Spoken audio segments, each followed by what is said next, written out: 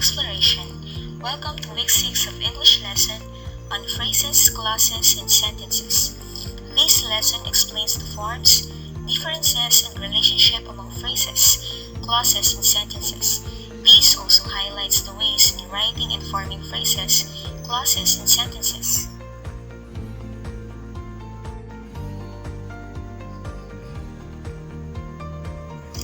Our most essential learning competency is focused on the use of phrases, clauses, and sentences appropriately and meaningfully. These are the objectives that we have to attain. First, define and differentiate phrase, clause, and sentence. Second, identify phrases and clauses used in a sentence. Third, differentiate the two types of clauses. And lastly, write meaningful sentences. Are you ready now for our first learning task? Directions. Read each group of words. Identify each group of words as the phrase, clause, or sentence. Number 1, empty room. Number 2, I am sick. Number 3, horror movies lately. Number 4, while you were sleeping.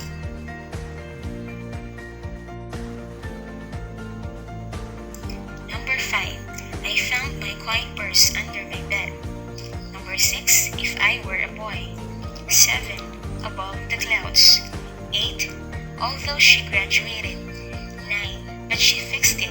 And number 10, where are you going? Let's continue with learning task 2. Directions. Identify what is being asked in each statement. Choose the letter of the best answer. Number 1. It is a group of words that does not consist of a subject and a verb. A, clause. B, phrase. C, sentence. D, predicate. Number 2. The topic of a sentence is called blank. A, clause. B, phrase. C, sentence. D, subject. Number 3. I found some old coins under my grandmother's bed. The underlined words in the sentence is an example of A, sentence. B, phrase. C, clause. D, subject. Number 4. The group of words across the street is an example of A, phrase. B, clause. C, sentence. D, verb. Number 5. It acts as single part of speech in a sentence. A, verb. B, clause. C, sentence. D, phrase. Number 6. A group of words with subject and predicate is called blank. It can also be called a simple sentence. A, phrase. B, subject. C, clause. D, predicate. Number 7. One of the types of clause that can stand alone as a sentence is called A, dependent. B, independent. C, sentence. D, phrase. Number 8. This group of words, whenever I eat, is an example of A, sentence. B, phrase. C, clause. D, subject. Number 7. My friend was very happy when she met her favorite actor yesterday. What is the independent clause in the sentence? Is it A, her favorite actor? B, when she met her favorite actor yesterday? C, my friend was very happy?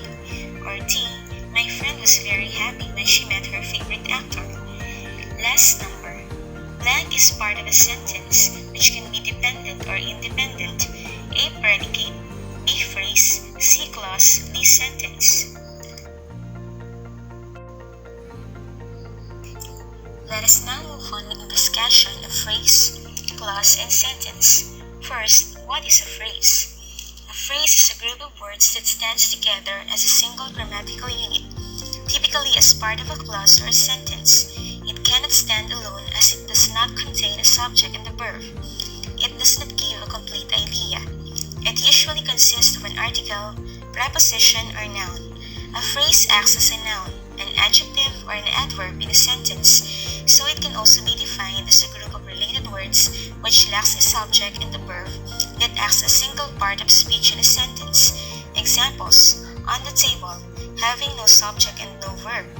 Finish the task, no subject. Christine and her friends, no verb. What about the clause? A clause is a group of words having both subject and the verb. It can sometimes act as a sentence, but is not always the case. There are two types of clauses. We have the independent clause and the dependent clause. An independent clause is one that can stand alone as a sentence. It requires no extra information to understand. It has a subject, a verb, and a complete thought. Let's take a look at the following examples. After I die, I will be forgotten. I love my country, so I will make sure to protect its sovereignty. When we pay our taxes diligently, it shows that we love our country. I will be forgotten, I love my country, it shows that we love our country are the independent clauses. Meanwhile, a dependent clause is one that can stand alone as a sentence. It is called dependent clause because it needs to be attached or joined to an independent clause. It is a supporting part of a sentence. Dependent clauses begin with a subordinating conjunction such as before, if, when, after, so, hence, therefore, since, because, so that, and the like. Let's have the following examples. After I did my best to study, I received high marks. Because I woke up late, I was not able to pass my projects on time. Before you leave the classroom, make sure to turn off all the lights. The bold-faced clauses have a subject and a verb, but the idea or thought is incomplete. How does sentence differ from phrase and clause? A sentence is a set of words that contains a subject and a predicate. It expresses a complete thought and begins with a capital letter and ends with a full stop, a period, a question mark, or an exclamation point. Examples: everyone needs food. I was very tired, so I decided to stay at home. This ends our discussion. You may accomplish your task in your self-learning module. Happy learning!